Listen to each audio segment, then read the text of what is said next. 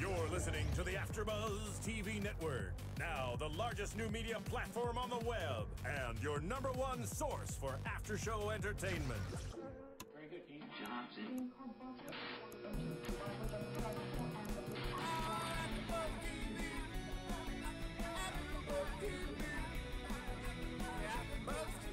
From the AFTERBUZZ Studios in Los Angeles, California, presented by Maria Menounos and Bing.com, and streaming live thanks to Akamai Technologies, this is AFTERBUZZ TV Saturday Night Live After Show. We'll break down tonight's episode and get you all the latest news and gossip.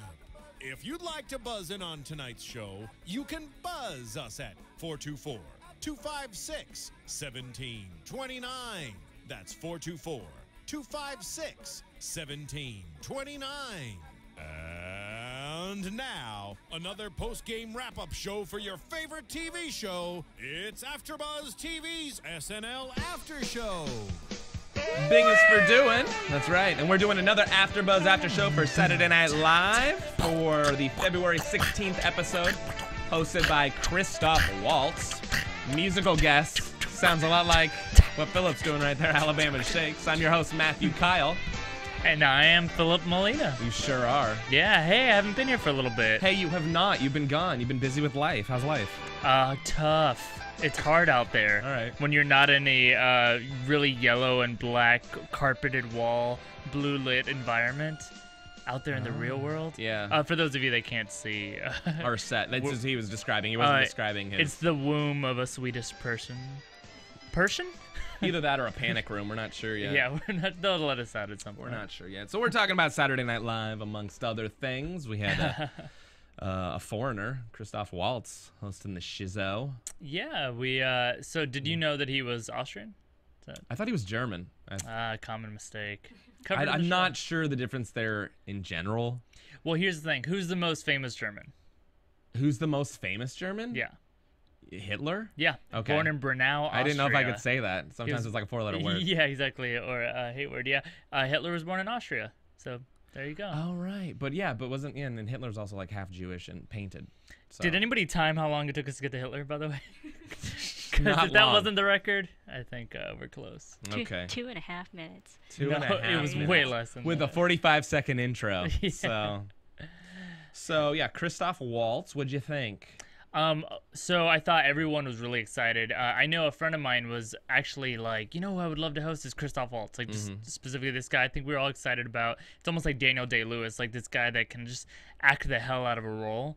So we were all super excited for it. And then at the end of the day, it was a little bit just like this. He seemed so much older than I thought, first of all. He was surprisingly cute. To me, it was like kind of an adorable older guy that you just want him to do well. The comedy chops weren't there.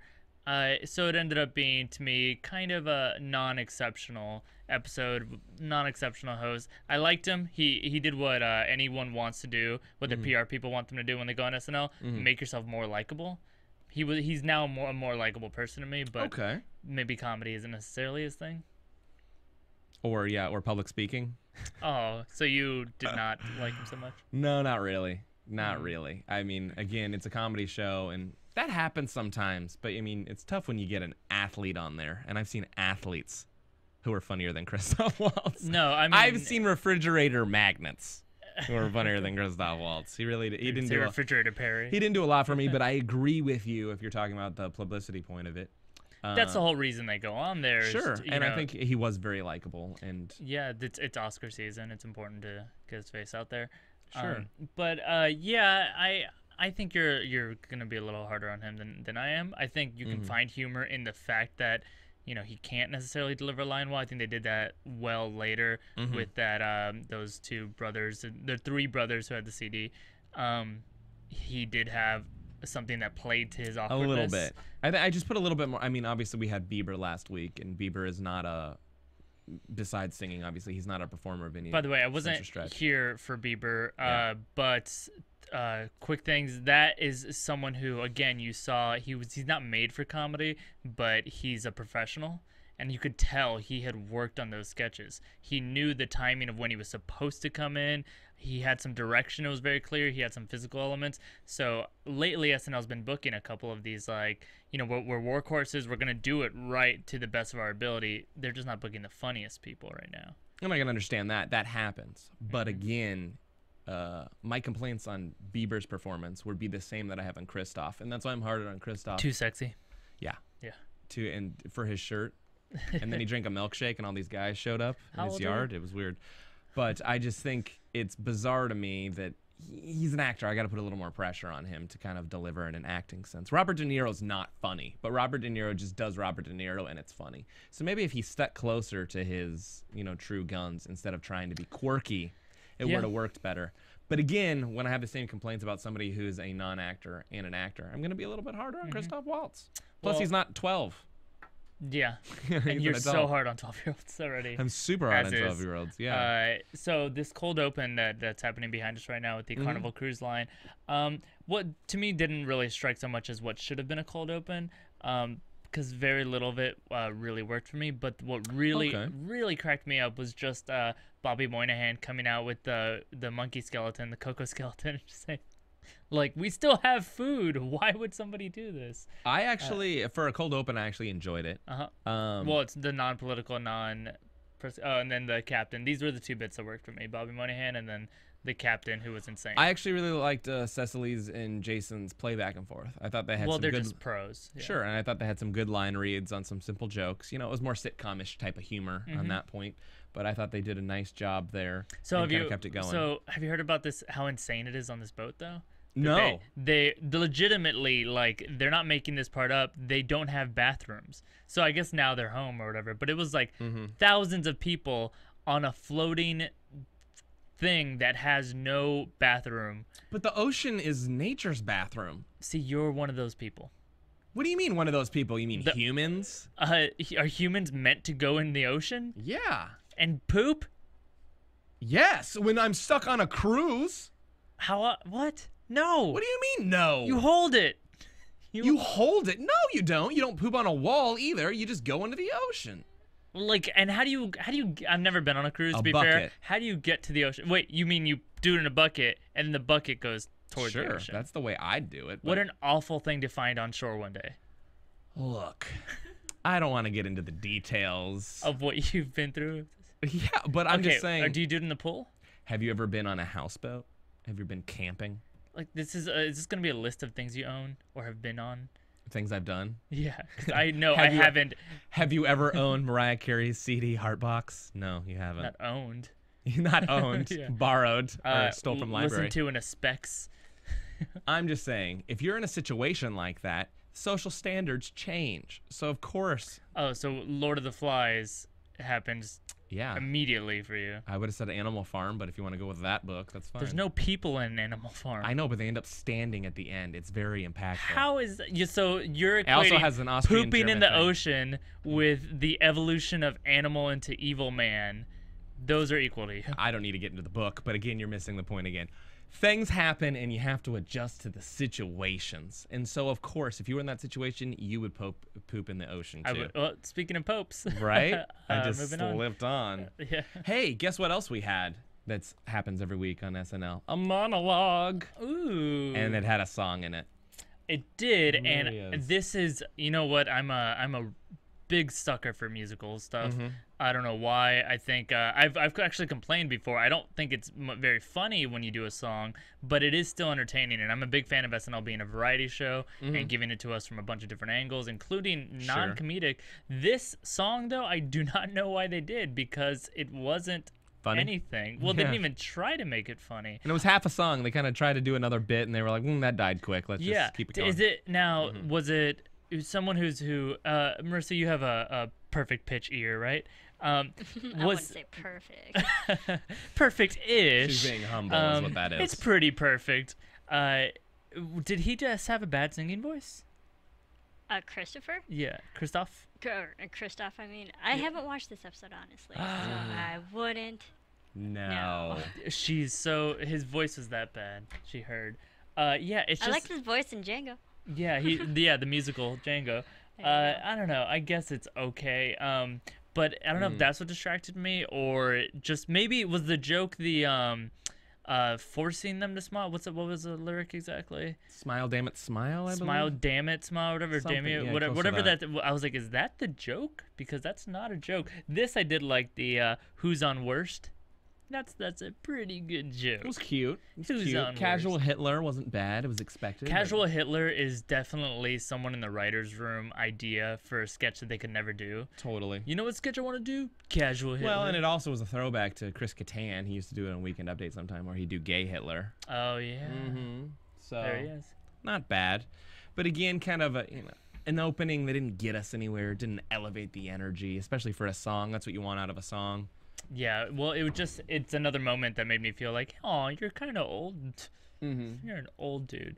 Doesn't he look like he could be like Kevin Spacey's grandpa if they put a little prosthetic on him? Not even a lot. Just a little. Kevin Spacey's? Yes. Don't Don't judge. You're on your own Just on that agree and one. we'll move on. I will not, but we can still move on. You're so difficult today. Go poop on a wall. The next bit is, what have you become? So I was like, when this opened, I was like, this is a great thing. I've seen him, now do the monologue, and he's a little stiff and wooden, and it's good to have him host a game show. You think it's a nice transition into character where you I think play it's a little... a very comfortable character. No pressure. He can just be a straight man. You think it's easy to be a game show host, huh? Yeah, I think it is. Yeah? Yeah. Really? Pat Woolery, super easy life. Go ahead. Yeah. Give me your best a new car. Oh, well, first of all, that's the announcer. That's not the game show host. Well, then what is it? Educate me. Jeez Louise, I have to teach you so We- much we didn't- already. I'll but go to game show host school. What have you become? That's pretty good, actually. Thank you. Yeah. All right. you. So, what Mac have you become? Montgomery was his name. Mac Montgomery. Mm-hmm. I love this sketch. I thought this was such a fun idea because of I mean, who doesn't watch a game show and listen to the little mini bios and be like, really? That's the interesting fact about you? Like you hack IKEA furniture or whatever. Like, come on. Do you watch any game shows yourself? I used to watch Jep. Oh, I'm the all time. over Jep.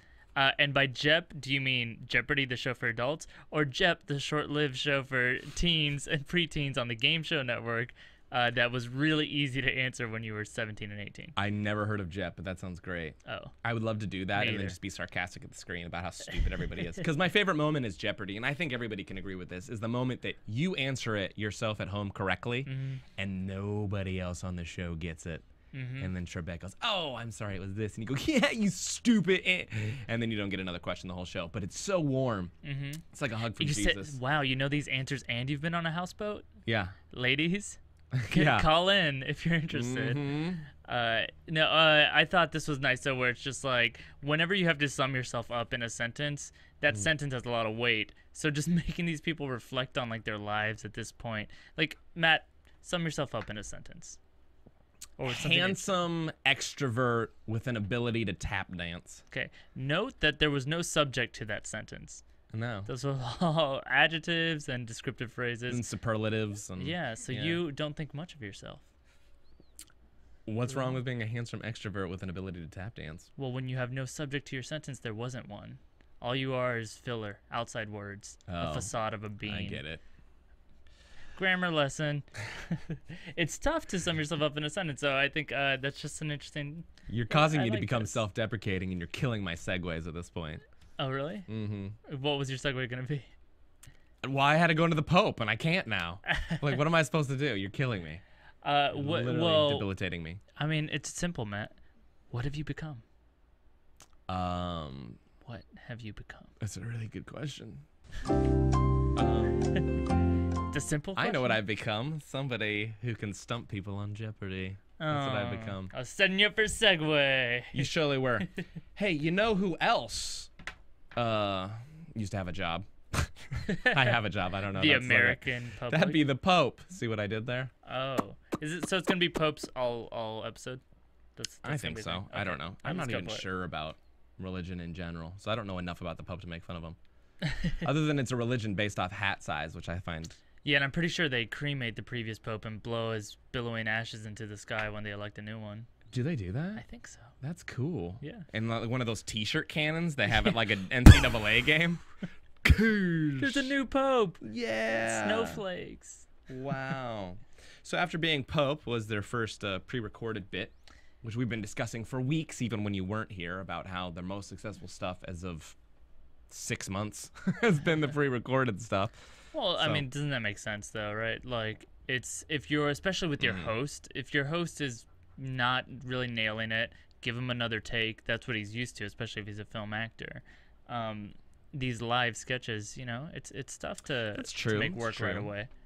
But yeah, After Being Pope, did you have any thoughts? You know what? I have few thoughts on it, specifically because it was so quick. And I remember my thought immediately being, oh, I don't have much of an opinion on this because it got in and out, which is a good thing. Because if I didn't like it, I didn't even notice. And I think I did kind of chuckle in there a little bit. I really liked his take on the Pope. I really, really liked his just little testimonial bit in there. It was just like the saddest thing to just hear him speak so slowly in this canned way. It is interesting though, this idea of just it was worth commenting on. The Pope has retired, like that's a thing he can do now.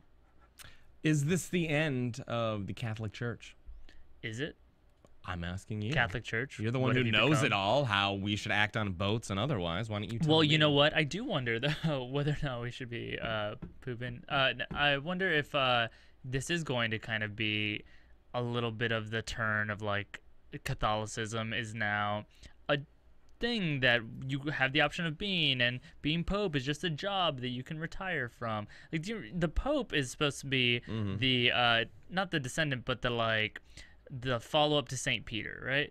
So I didn't know that. Yeah. Well, this is the guy. This is the guy. Have you heard the good news? No? No. Oh, okay. That's usually what a Scientologist says before they hand me a pamphlet. Really? They ripped it off of Christians. So yeah, ideally, so Saint Peter is the, you know, voice of God on earth kind of thing. Okay. And so the Pope is supposed to be that too.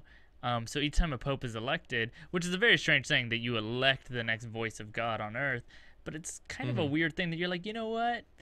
I'm tired of talking for you. And you just like walk away from that. Like, it seems like you can't. And also, if you are the voice of God, are you insane? Because that was Joan of Arc, right? Right? Well, no, I've heard that. That's an old joke too, though. What? But if you're talking to God, they call it prayer, and if God's talking to you, they call it crazy. Yeah. You know. So you have to be crazy enough to be Pope. Maybe he just kind of was like one more day of putting the hat on, like pretending that he's having this conversation with the Almighty every day, that he was just like, you know what have I become? And then maybe that's what it is. Retired. I don't know.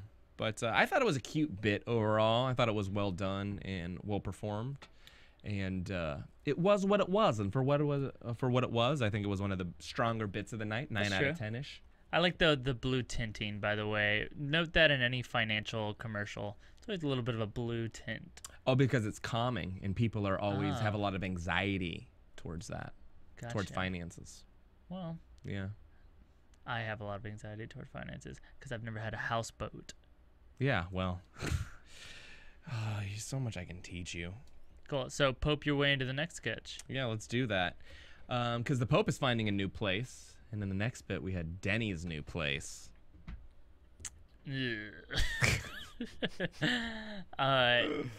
So this is the new character premiere for Nassim. This didn't even really work with the audience, did it? It was easy to get on board real quick. You kind of got it, you know, and what the repetitive joke was going to be. It just wasn't that funny. And then on top of it, it wasn't that strong of a character. And I felt like this is the first time I saw Nassim do something, and I was like, oh, this is kind of a throwback to the real character work that Asherio Terry or Molly Shannon or Anna Gasteyer was doing in the mid to late 90s. I thought that's kind of where I was like, these girls might be breaking out. Yeah. Just the flat, it was like a Kristen Wiig turned to 50%. Maybe, yeah. The only thing that got me about the character that did make me giggle was I'm a sucker for eyebrow work. She had some solid eyebrow work in there. Just, yeah. Which is funny because that was a big part of the glasses.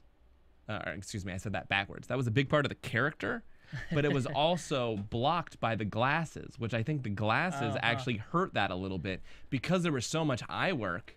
Well, yeah, you know what it almost reminds me of a little bit is Debbie Downer, where this is like the kind of character where we almost want to see the subtlety in the face. I think it wouldn't have improved the sketch. I like the little subtle detail, by the way, of she's the only one drinking the Sprite. So you know it's that person at the party that like isn't going to really get the joke. And like, oh, you're drinking. Did you bring a Sprite from home? Come on. And she was the dog walker. I thought that was a nice bit. That's too. really interesting. I wonder if that is. I hate to call it like as if I know for sure, but like a Neil Casey UCB kind of thing.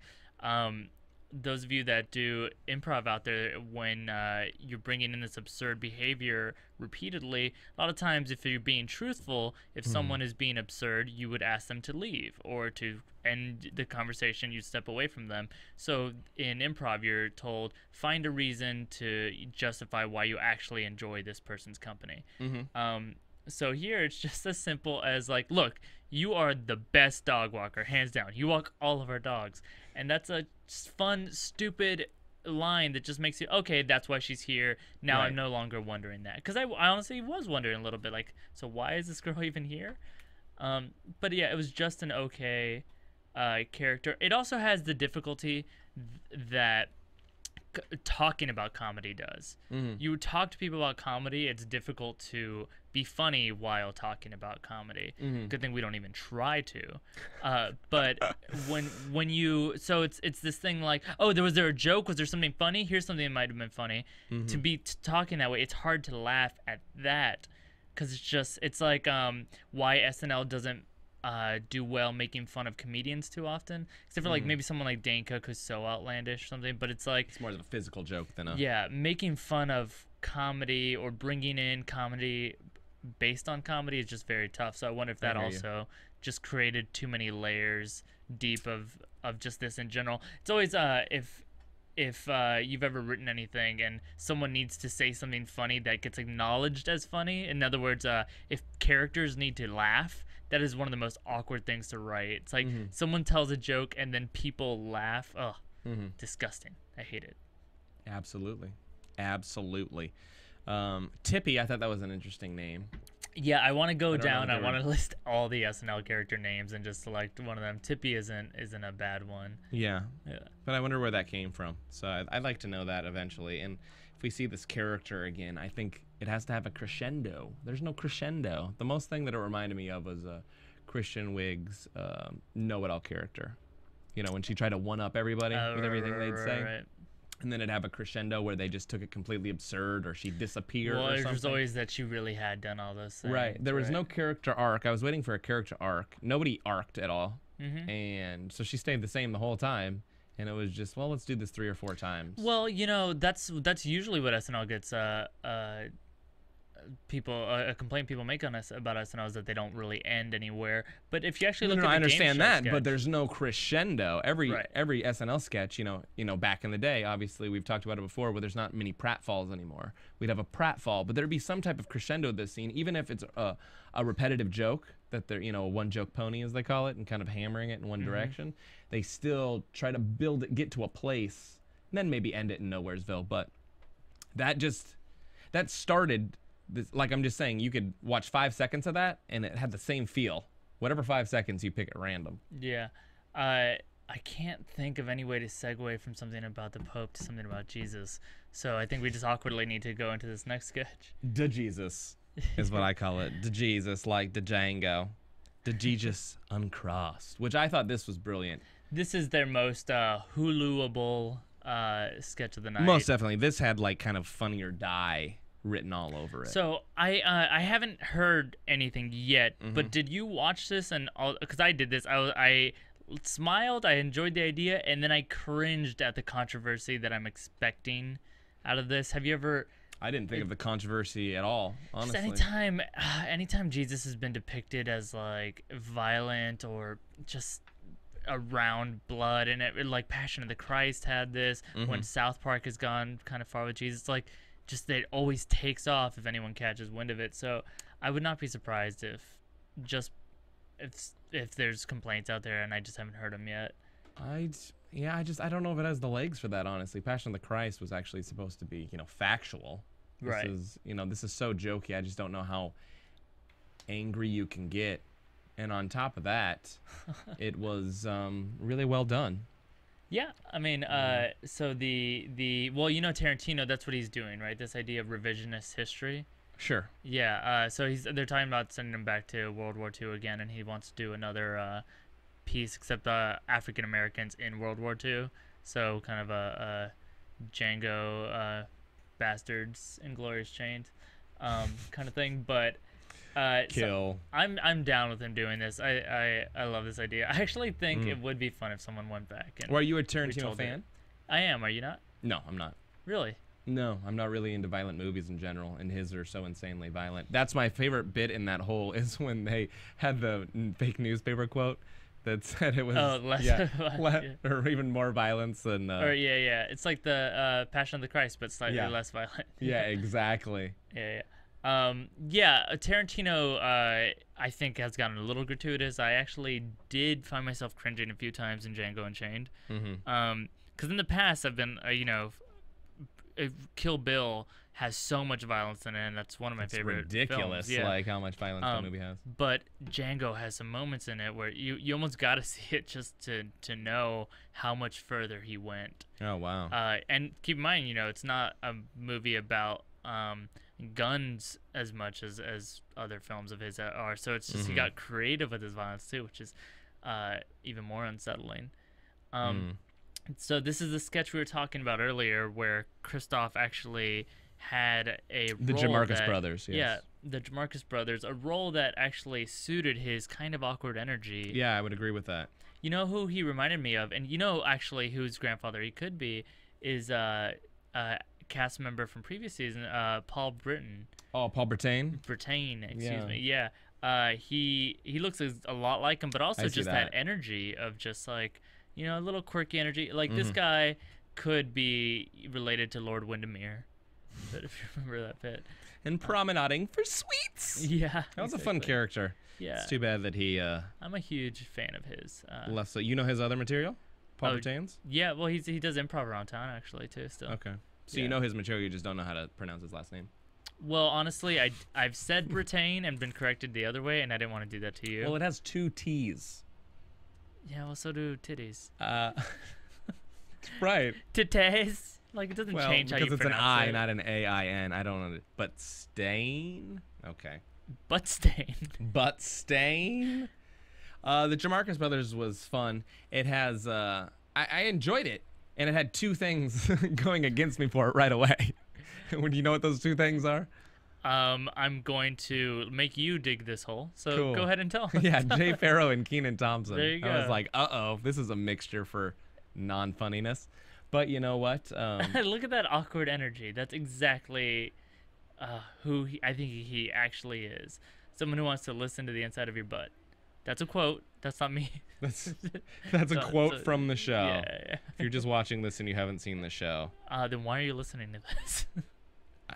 Probably because this is better than the show. I don't know. Oh, man. You can't... Wait. I don't know. I thought we were harmonizing there. I was going to Cooley High for a second with Boys to Men there. Man, you love the sound of your name so much that you have to harmonize. I have such a good whiner's name, though. Matt, Kyle. Yeah, you can... give it back. See? Yeah, I guess so. Cool. Well, anyway, so that was actually this capped off about the half of the episode that I was kind of pleased with. Was like, he has an awkward energy, but I'm okay with it. I think the show was a little bit just what I'm used to now, where it goes downhill around Weekend Update. And then... Well, you know what was interesting is, let's go. So Jamarcus Brothers, okay, and I'm just gonna run through the set list here of the rest of the show, right? So you had Jamarcus Brothers. Then you had Alabama Shakes, first song, okay? Which I thought was a male singer. Not visually. Well, not, we'll get to that. We'll get to that. Okay. Don't foreshadow that. But I did think it was Bruce Vilanch as well. So we had Alabama Shakes, okay? Then we had Weekend Update. Then we had Regine. Then we had Fox News, okay? He's not in any of those things. Those are all recurring, too. There was almost, I think it was a little over 45 minutes that he was not in the show. Well, that's Christoph normally Waltz. when the host takes their siesta. That was beyond a siesta. We were watching it live, and everybody's like, "So is he in this show, or did he leave and protest in the middle?" Or Everybody, you had people over to watch? Yeah, I was watching it with 4 or 5, 6 people. Oh, cool. Was really cool. Was my phone not working, or? No, your phone was working. Yeah. Oh, you checked? Yeah, I just made So sure. you called and hung up. Yeah. That was you. Yeah, and I remember when you got that call, and he said, "We're not doing anything. It's not a big deal. See you tomorrow." Yeah, and I said, "Who is this? I have no context for this conversation." Mm-hmm. Yeah, I remember all of this. Anyways, there's a Pope joke there, right? Sure. Let's go back in time. Weekend update. So we had the Marco Rubio. Who looked like Marco Rubio didn't. I actually hadn't heard about this water story. Neither had I, but somebody showed it to me as we were watching the bit, which is very funny if you've seen it. Well, here's why the sketch worked. I hadn't heard of it, and yet they educated me quickly enough, and I actually ended up finding it very funny. I think I love when the performers turn it on a little bit too, and so you know that Taryn was trying to make Seth laugh a little bit, just crawling like over his lap. What this did point out to me, though, maybe more so because I hadn't seen the actual event, is just how ridiculous it is for politicians when they're doing any kind of video. I mean, you can't. Mitt Romney was going to potentially win a presidential election because he looked like he should be a president. Like it's so about the visual now. The whole Nixon Kennedy thing. How no one wanted. So that's why, with that said, that something as peculiar as this, because it was more bizarre and funny just in the way that everything went down. It's just like, if something's so visual and they know that, you know, you can't look like Abe Lincoln and win the presidency anymore. We know that, right? So why isn't there a bottle of water around? It's just the technical aspects of it, I think, are hilarious. Right. There's no bottle of water. He is like dying of thirst, and you'd think he'd expect that. The camera angle is already a little weird. And then he does that weirdest grab for it, and then tries to go right back into his. It was just it just reminds me of when you're talking to someone and they're not listening. They're trying to like put their shoes on so they can leave or something, and you're like, "So last night was fun," and she's like, "Yeah," and it's just reaching like as far as she can, get her keys and her shoes together. Yeah. And the only excuse I heard about this where people were like, "Oh well, you know, he must have been really nervous because now he's on like the Republican stage. He's Which he has been for like. That's what I'm saying. He 2.5, was at the 3 Republican years. convention, Yeah, and you're he in front of spoke there. thousands of people and millions of people and an audience over television, and he wasn't quenched for thirst then. Yeah. So Marco Rubio is someone that I'm a little afraid of. Actually, I feel like he is going to continue to do well. you think so? You don't think he's gonna like Palin? That's my new verb I'm pushing. Why Sarah Palin? When I completely like say I'm going to a party and then I disappear. I'm like, oh, I totally Palin that. Oh, I disappear at parties, but it's because I don't want anyone to see me drunk. So I have like on my 3rd drink, I just disappear. I have a verb for that: alcoholism. Yeah, just or I do it alone in the back. Yeah, and I hide my exactly. alcohol. Mm-hmm. Yeah, I guess I do that. Viewers, please do call and let Matt know that alcoholism is not a verb. Anyway. No, it's not. It's a way of life. Oh no. What? Let's keep going because need we're the just getting Pope. overly critical. This is what happens when the Pope takes a break. The next we had Kate McKinnon citing Olia Pavlatsky. Which I loved. I fun. loved this so much. Yeah. I loved in the writing. Just the writing of this bit was just so funny to me. Bear with me. He's like, okay, I am. She's like, no, in my ideal version, there is a bear with me. Which was great. It was just fun and just offbeat, and she does that really well. I like her a lot, and I'm really hoping it works out for her. She's a utility player. She, maybe she, you know, I thought it was going to be somebody else, but actually she might be the, like, female counterpart to Taryn a little bit, where it's like, put me in, I'll do exactly what you need me to do, and I'll do it well, and I won't choke on a joke. This is honestly some of the most fun I've seen her have on the show. I think was playing this character of just like the most pathetic person ever. Basically, she's the prettiest girl in her village. She looks like she's 67. Did you freak out about this, by the way, this meteorite thing? I did. Did you see the video of this? I've seen like 8 videos of it. Did you see the ones where you don't see the meteorite but you just see the light? I have seen those. Those are Aurora impressive. Borealis, I would call that. Oh, I think that's another thing. That's another thing, but I'm just throwing out verbs. I guess you're no. Again, viewers, please call. Let Matt know that it's not a verb. or a way of life. He's supposed to do that. Areolas, however. Anyway, there's Marco Rubio doing his lane. But what was that sound? That was just me connecting to the TV. Oh, you plugged in? Yeah. HDMI. Cool. So, yeah, I just love this character. Did you realize? Okay, if you're out there, if anyone's out there listening, go to like YouTube and do like Russia Media or whatever, or Googs, and check it out, and you'll find there are like endless angles on this thing, and then you realize every Russian has a camera in their car going at all times. I get you. No, what do you mean you get me? There's nothing to get. Because I never thought about that, because But they're just seeing it. But I didn't see ones in the cars. No, I only see that's how many And cameras in Russia, you there probably are get in robbed Russia. a lot, so you need a camera I guess in your so. car. Isn't that that's how many cameras there are? That I saw dozens of angles. You saw dozens of angles. Mine were all in cars. Yours were all not in cars. There are too many cameras in Russia. You're okay. No, this is important. No, I don't care. What? This is how Big Brother takes over. Well, I'm just saying, if there's like how many? Did you learn nothing from Animal Farm? Hey, guess what? How many people are in Russia? You don't even know. Millions. Yeah, millions. So if like a dozen of them are running a camera all their time, what's the difference between all the people running webcams in San Fernando Valley? Well, first of all, that is good line of work, and don't badmouth the San Fernando Valley. There you go. They do a good service. How is your mother? What? That was cruel, wasn't it? I slid that hot mess of a joke right in there, didn't I? Man. I know. Oh, snap! Ow. Oh, snap. AFTERBUZZ. You don't need to make it worse. I apologize. That was rude of me. Well, make a Pope segue and it might fix it. I will. Hey, you know who should lose a job like Pope? Stephen A. Smith. Uh-huh. Stephen A. Smith. Yeah.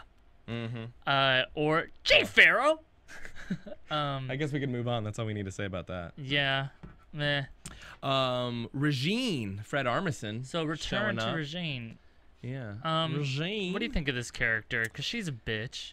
It's a little in between. I felt like I wanted the character to be a little stronger, a little unique, a little more specific, you know?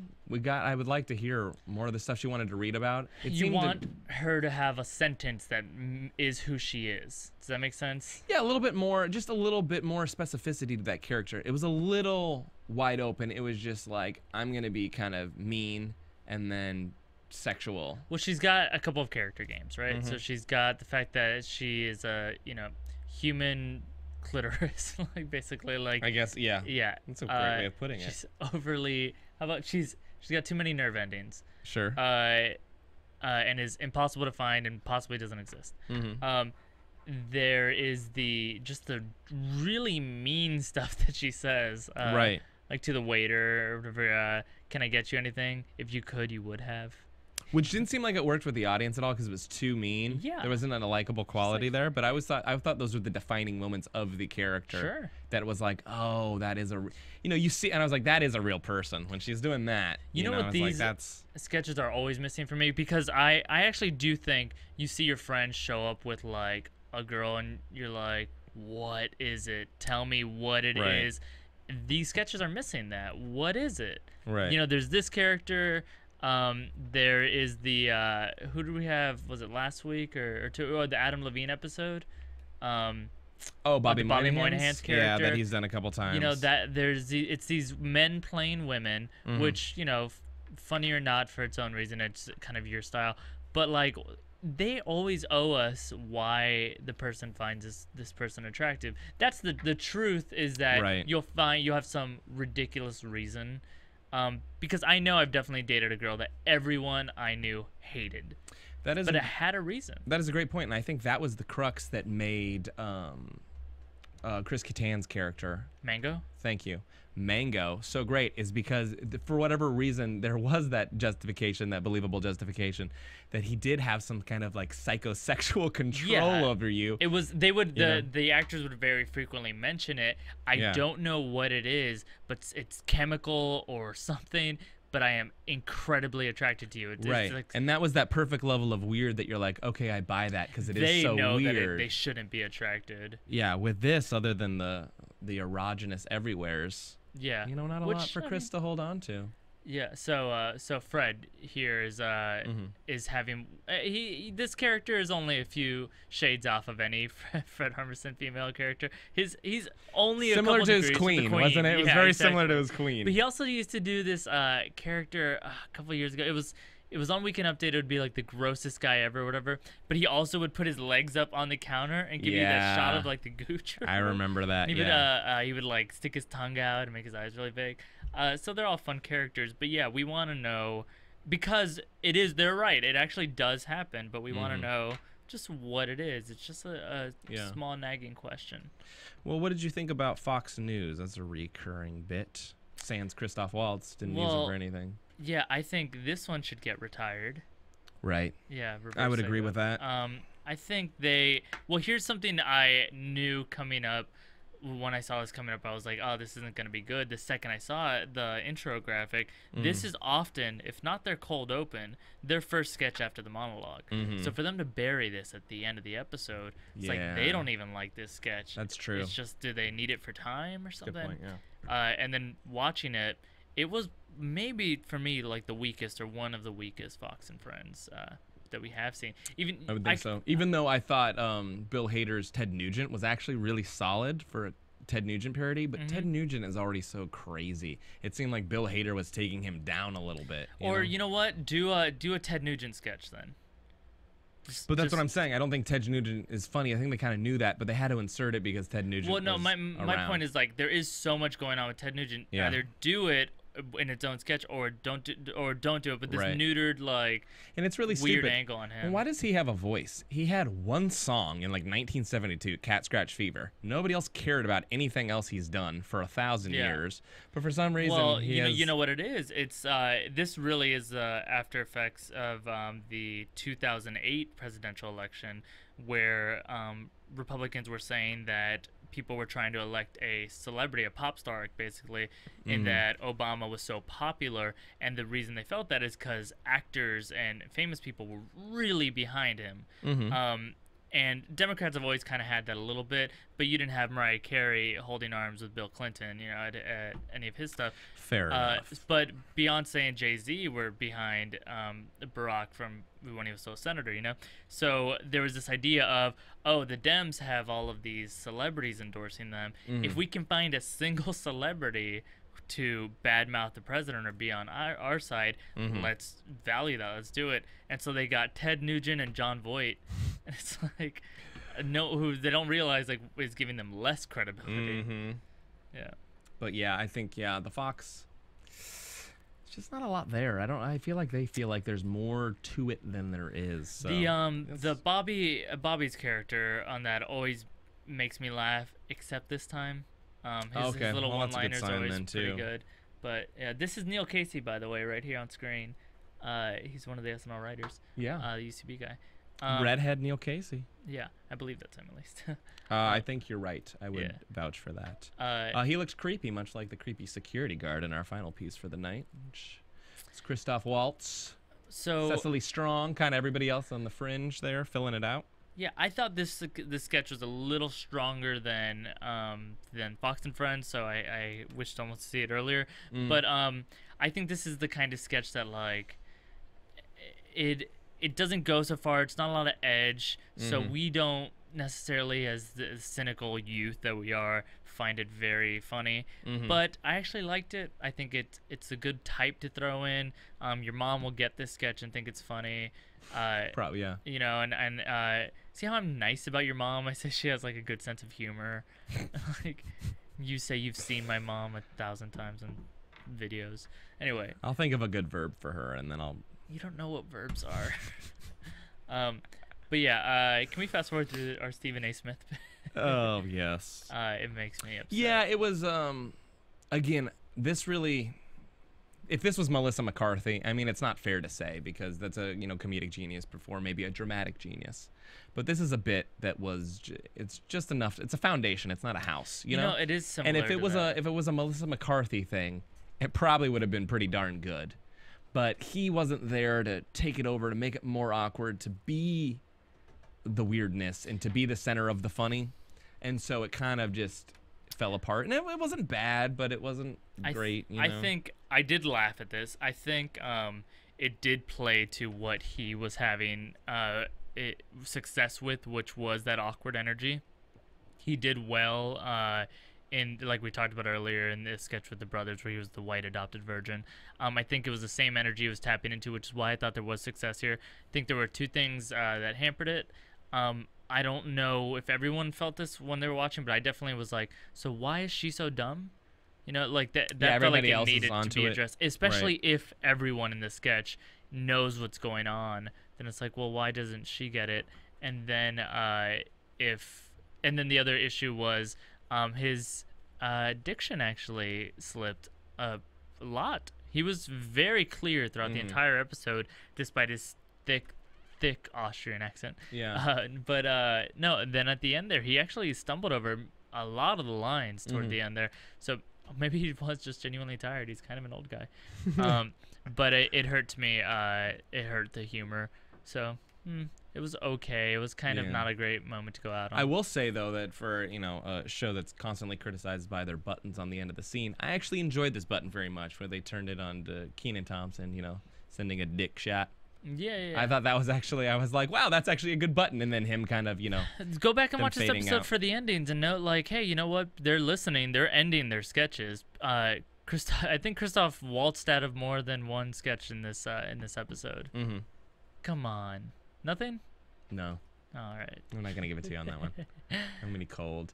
Because we got to move on to the musical guest, Alabama Shakes. Did you ever heard of them before this? I had heard of them, and I've heard that song. And what I meant to say was not to be disparaging to the woman who was singing it. I just meant her voice over the radio.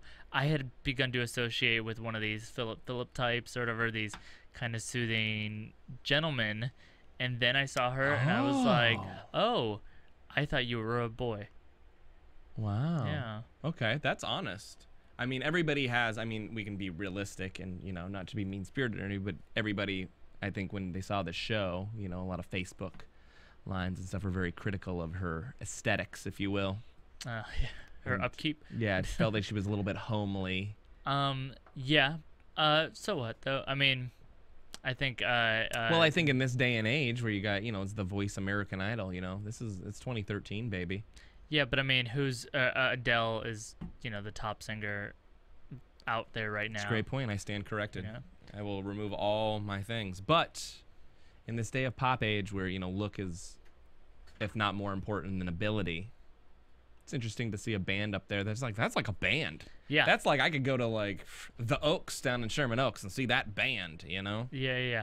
The Oaks by my house is a gourmet sandwich place. Okay, So there's the like, Oaks in Sherman Oaks, which is not. It's shout out to Gainesville, Florida, Oaks Mall represent. Wow, all right. Shout out to oak trees. I don't know what we're doing anymore. But that's my general point is they just seem kind of like a house band, not too much frills. Well, it just seemed like all talent. Again, I still think SNL is killing it, being tapped into the musical cultural zeitgeist right now. Every time a song is kind of taking off, you're like, they'll be on SNL in the next couple weeks. So they're doing well. Here's the crotch shot that we all needed. This is the only time I've seen Vanessa Bayer start to lose it, by the way. Right, and Bill Hader was losing it, and that was the best part of it, is when they seemed to have a lot of fun. Yeah, but because Bill will continue right now, he just have his glass on his mouth. And a Tim Robinson sighting, obviously, at the end of the couch. Oh, yeah. I think, obviously, he probably just went and sat down, and they just didn't tell him to get up, and he was like, oh, I'm in a sketch. That's I helped put this couch here. I'm going to sit on it. Yeah, exactly. They have him just do I'm a work. union now. Yeah. He was there a little in other parts and did all right. Well, again, he's got, he's got something to show us. He really hasn't had an opportunity yet. Yeah, he needs to stick around, though. He plays his role so well, I think. So far, this... now that we're back from, now that I'm back. Well, do you predict he'll stay around? I think he will be kept. Because we'll go right into predictions. And now, your AfterBuzz TV predictions. So beyond Tim Robinson being a second-year player, what do you got for us? Our next episode is a couple weeks. That's March 2nd. Kevin Hart and the big band at the moment, the Macklemore and Ryan Lewis. See, they actually got ahead of me because I haven't heard of Macklemore and Ryan. What song is that? It's like a rap group. Oh, really? Yeah, you'll have to. I'm not and it's kind of, I haven't heard a lot of it, but and so I don't want to speak out of turn because obviously there's probably a viewer yelling at me like, you don't know. But it seems like they have a little bit comedy to it. Like there's one song called Thrift Shop that I've heard. Oh wait, the Thrift Shop song. Okay, sure, there you go. It's a Thrift Shop. The Thrift Shop Kids. So but he's an excellent rapper. You know, he's really got flow. So it's another group that they're nailing it with. Anyway, and then Kevin Hart, all 3 feet of Kevin Hart, gonna be on the stage there. Kevin Hart, I hate to say it, but we know, okay, great, it's going to be a big Keenan and Jay episode, too. And I'm not a huge fan of Kevin Hart, so we'll see. He actually, he had a recurring role on Modern Family that he actually did fairly well with. Which he plays more dramatic. I'm a huge Modern Family fan, and on that, it's not, he never gets jokes. Well, it's just, he's the neighbor friend, you know? I honestly want him to bring a little bit of that energy. I'm hoping he doesn't bring too much of a, silly energy. Yeah, he's not a silly comedian. Yeah. He's very a put-together comedian and a very point at you and let's laugh at you type of comedian. Yeah. He's not What self-deprecating does he have coming in that out right way. now, too? I have no idea. A stand-up special or a movie or something? I feel like it's probably a movie. He's in that kind of range now where he's always in those, $30 million picks, you know, those big cast movies and such. Let me see if I can ruin your day. Lately, I haven't had a chance to talk to you about this. I think Keenan has been killing it on SNL for the last 5 episodes. He's been doing a lot better. I'll give you that. So I'm actually excited to see more of him in this next episode. I think he's been as good as Jason has. Are you going to predict that he kills it again? Is that your prediction? I think he's going to do really well. I think I'm going to be disappointed in Jay. It's it's almost worse for Jay when he gets more screen time because there's a black host, because then it's him, Keenan, and then the black host, and it's just Jay usually is the third that doesn't have the delivery. Right. Yeah. I will predict that the Kevin Hart episode is the best episode yet of this year. Really? And not that I'm not a huge Kevin Hart fan. I'm just going to put it out there. I feel like it's been in a little bit of a slump right now. They're just going to swing their way out of it. Well, I think it's going to have 1 or 2 standout sketches. It's not going to blow your mind and be like, oh my God, but I'm just saying, it's going to be like a B+ episode. What I give you is that women in the audience are going to love it. We're gonna have one of those loud laughing women. Well, women love you. And where can we find you at this week? LL Cool F. They can find me at @Fimo @FIMO. Hit me up on there if you wanna educate me on where you can find my mom. Yeah, or actually what verbs are. And I'm at www.matthewkyle.com. I always got something cool going on, so check it out. And we'll be back March 2nd, Kevin Hart style. Cool. Live from Matt's houseboat. That's right. Verb. From Bing.com, executive producers Maria Menounos, Kevin Undergaro, Phil Svitek, and the entire AfterBuzz TV staff, we would like to thank you for listening to the AfterBuzz TV network. To watch or listen to other after shows and post comments or questions, be sure to visit AfterBuzzTV.com. I'm Sir Richard Wentworth, and this has been a presentation of AfterBuzz TV. Buzz you later. The views expressed herein are those of the hosts only and do not necessarily reflect the views of AfterBuzz TV or its owners or principals.